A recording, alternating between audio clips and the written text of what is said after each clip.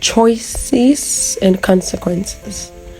You choose one while the other one choose you. I'm sure that we all know that there are a lot of things we're able to choose from. There are a lot of choices we get to make as humans. Like we know, or I would say, like it's generally said, God gave man the right to choose, gave him the right of choice. But God is so good that regardless of how much he makes us in his image, it still ensures that there's this distinct superiority, so that it makes us realize that without him there is no us. So Apostle Joseph would say that God made us in his image, but there are three faces of God that we do not have, which is omnipresent, omnipotent, and omniscience. Yeah, we can be everywhere, we don't know all, and we are not all powerful. Yes. So same goes for this choices and consequences. God gave man the power to make their choices, but he withheld from us the power to pick our consequences. Cain had the choice to kill Abel or let Abel live, but he didn't have the choice to pick what would happen after he chose either of the two. Consequences are things that choose us due to the choices we make. So consequences are like family when it comes to choices. When we want to compare them to choices, you almost can't choose the family. You really can't choose the family you're born into. You can't choose your enemies. Also, you can't choose your enemies. As much as man has right to choice, there are a few things man cannot choose. One is the family or the womb that carries you. You can't choose that. You can't choose the sperm that makes you. You basically can't choose your father and your mother. You can't, when I say father and mother, I mean biological father and mother. I'm not talking spiritual. I'm not talking the ones you pick for yourself alongside as you grow up. I'm talking of the ones that actually gave birth to you, the two that came together to make you. Yeah, you can't choose them. Among many things. So you can't choose your birth date. Aside the ones that don't know their birthday day and then they just formulate one, like the day you were born, you couldn't have a meeting with your parents and God and say, okay, this is my favorite day of the year, give it to me. No, you can't choose that. No one gets to choose who their enemies will be, as much as we have the right to choose who we want in our circle and who we don't want in our circle. I know we've all had the beautiful sermon about nowhere in the scripture was it stated that it was Judas that was going to betray Jesus. Nowhere. Jesus didn't even state it to the disciples himself. So that's it. You can't choose your enemies. Even Jesus didn't choose Judas, so they choose themselves most times.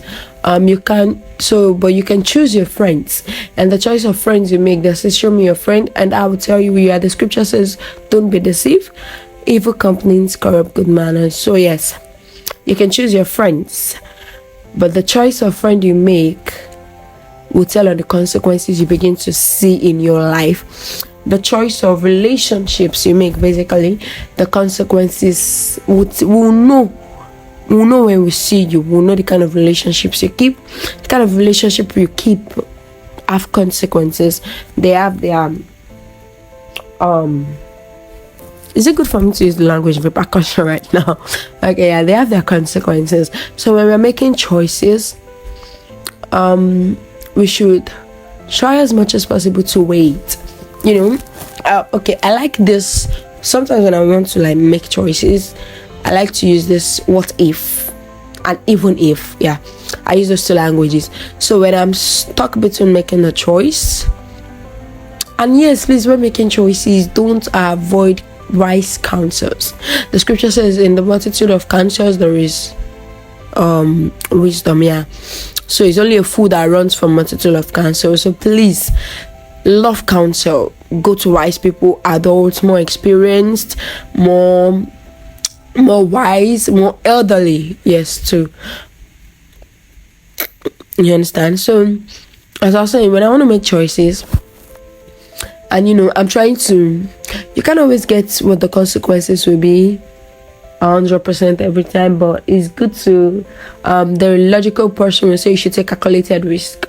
Not just logical, I guess all of us will say that. So yeah, let's take calculated risk. So sometimes I'm like, okay, what if my what ifs can be combated by even if, then I guess it's not so bad a choice actually. Okay, so let me give an example to make that clear. Okay, let's say I'm saying, okay, I'm trying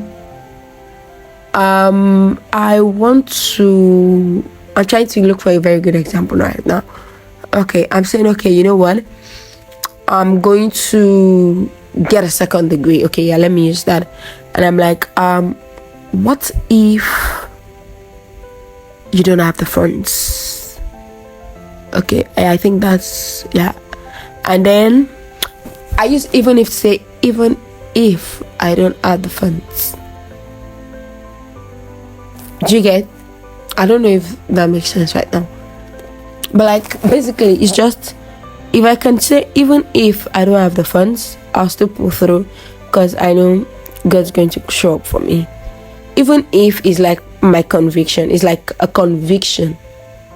So if my conviction doesn't beat my doubt, sometimes logically and sometimes I go spiritually with it, I don't make that choice. So I would want you to weigh your choices next time. You can, okay, let's say you're making the choice to let me see, I'm trying to be very careful here. I'm trying to be really, really careful with these examples I state. I don't want it to look like I'm picking on anyone. So let me see. Okay, let me basically use myself. What choice did I make? Oh, okay, yeah. All right. So, okay, yes. So it's the choice of relationship. Let me put it that way. Yeah, relationships. So I've never really had, not just the dating now, like general friend and the likes. It's never really been a very smooth road for me, right? Yeah, sure. So there was a particular time when I was being skeptical. I was like, I'm gonna lock everyone out. I'm just gonna be a lone ranger and the likes. And I was like, okay, really? Do I really need to be a lone ranger? Do I need to be a certified loner? Or can I really just make beautiful relationships, godly relationships, relationships that, it's mutual? Maybe, well, relationships in friendship, in courtship, in marriage, relationships in general actually was the problem for me. So I remember at that time I sat down and I was like, okay, let's weigh this thing. And I was like, okay, what if we decide to, okay, because I'm a lover person in general, and I believe in love is a must. Relationship is not by force. The commandment was to love everyone. Christ loved everyone when he came to the world, but he didn't make everybody's disciples. Yeah. So he loved the Pharisees and scribes. That if not, he says the who the Father loves he chastens. So yeah, he chastised them. So he loved them. But it didn't because of that make them his disciples. He was very skeptical and very discerning of that. Yes, he picked his circles very, very critically. So I sat with that and I was like, okay, what if I try to have relationships and it all goes down the hill as usual?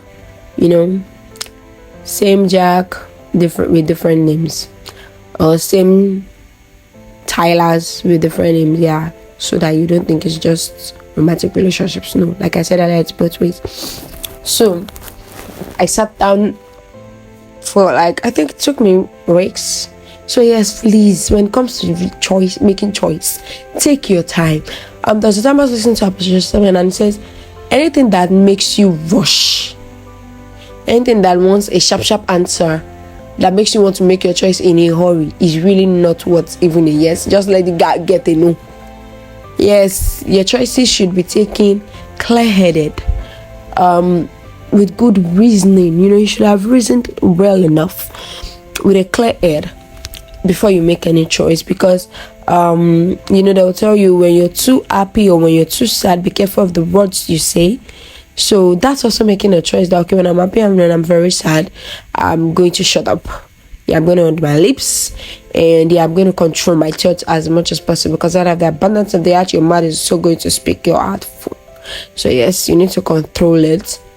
So like I was saying, so at that particular time I sat down and I was like, okay, what if I begin to grow relationships, and then I realize, and then I each back to me again, or I miss it again, and then I just back same sons of skiffers and furrows. Don't mind me now, I'm just trying I'll just be sarcastic, but just good people that really aren't good for me. And then I sat down and I just said to myself, even if well, the consequence for me being alone is, I don't know, even if really outweighed it. And I was like, okay, even if I really didn't have good relationships, I'd still be willing to try. Because at the end of the day, I know there are people out there that God has created specifically for me to have in my life, and there are people out there that God has created specifically for them to have me in their lives, either as a blessing or as a lesson, or as mutual blessings and mutual lessons. So either ways, the relationship might be contract or it could be full staffed. Yeah, that's what I had. So I just told myself, even if I was still going to get up, I was going to love with all my heart, I was going to help with all that I've got, and I was going to be so good to whoever comes into my life or whoever's life I find myself in. So I was like, even if I was going to give my all, I wasn't going to go into any friendship or romantic relationship half-hearted. So I was just like, even if Christ rose up on the third day, so that's an assurance that if I'm going through hell, it's because I can get to heaven. So I told myself, now I'm going to love with all I've got. I'm going to obey God's commandment to love. I'm going to form relationships, and they're going to be beautiful. And even if they don't get beautiful, I'm going to pick myself up after crying for maybe 3 or more days. I'm going to wipe my tears. I'm going to ask God for grace. I'm going to go through therapy. I'm going to read books. I'm going to listen to messages. I'm going to pray. I'm going to seek wise counsels. I'm going to, do all it takes to heal from the hurt and get back in the beautiful game of forming relationships. So when we're trying to make choices in life, let's always try as much as possible to want to weigh it. You need to weigh it. You need to weigh your choices in life. You need to calculate the possible consequences. And this time you don't need to lie to yourself. You need to be honest about it. Okay, I know for a fact that with my height, if I try jumping a canal, there is no way I'm making it to the other side. In fact, there are some gutters I can't jump with my height. It's a foolish decision to make. I really should just look for a stick that threw down that I can just, climb with. So it would be stupid of me to, even if in that situation, come on, there is no even if you just look for a pass, something you can pass on, like a stick or something that is laid across on the listening and walk. I don't try to be stupid with your decisions. So when we're making choices, when we're making decisions in life, let's try as much as possible to make sure that we can completely rule out sentiment, but then let's be spiritual, realistic, and most especially, like Tyler Perry will say, let's not lie to ourselves and let's not lie to God. Those two, you can lie to everyone, but when you start lying to yourself and to God, that is the end. I don't think there's any truth left in you. So let's try as much as possible to make decisions with our choices at the back of our mind. Yes, let's not forget that for every choice you make, there's a consequences that is coming to either make you or mar you.